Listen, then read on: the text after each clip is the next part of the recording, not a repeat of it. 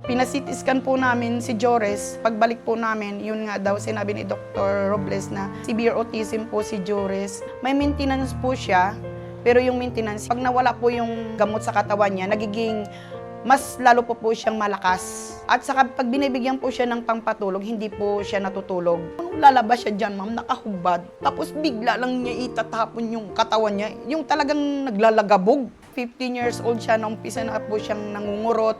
Minsan nananampal.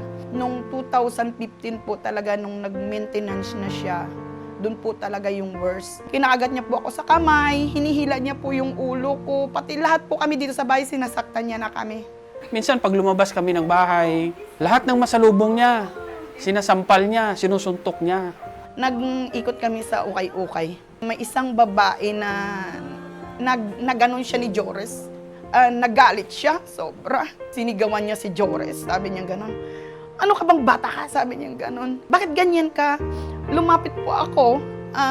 Ma'am, sorry po. Kasi yung anak ko po, special child po siya. Tapos sabi niya, sinigawan niya ako. Wala akong pakialam kung special child yung anak mo. Dapat yan, nasa bahay lang. Kung kayo po ay nagiging isang ina, sabi ko sa kanya, at mayroon po kayong anak na katulad ng anak ko, maramdaman niyo po siguro kung ano po kasakit yung ginaganyan yung anak.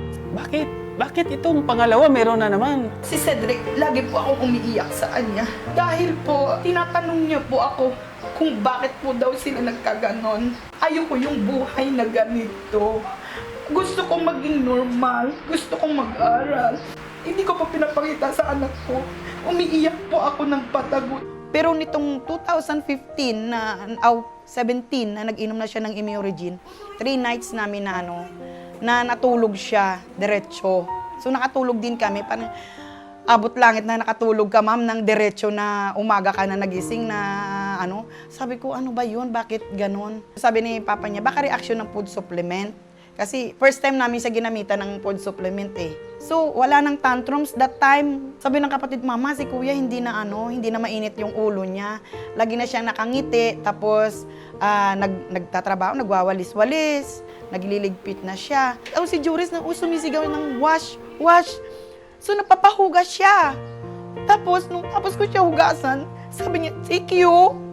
Parang yung kaligayahan na yun, kahit sa ganun lang, ma'am, masaya ka, di ba? Ang paghihirap ng isang parents na may anak na may autism, napakahirap. Alam ko na sobra din, naramdaman din ng ibang mga parents na may mga anak na ganito. Hindi tayo mag-give up. Ang mga bata, walang kasalanan eh. I love you, kuya.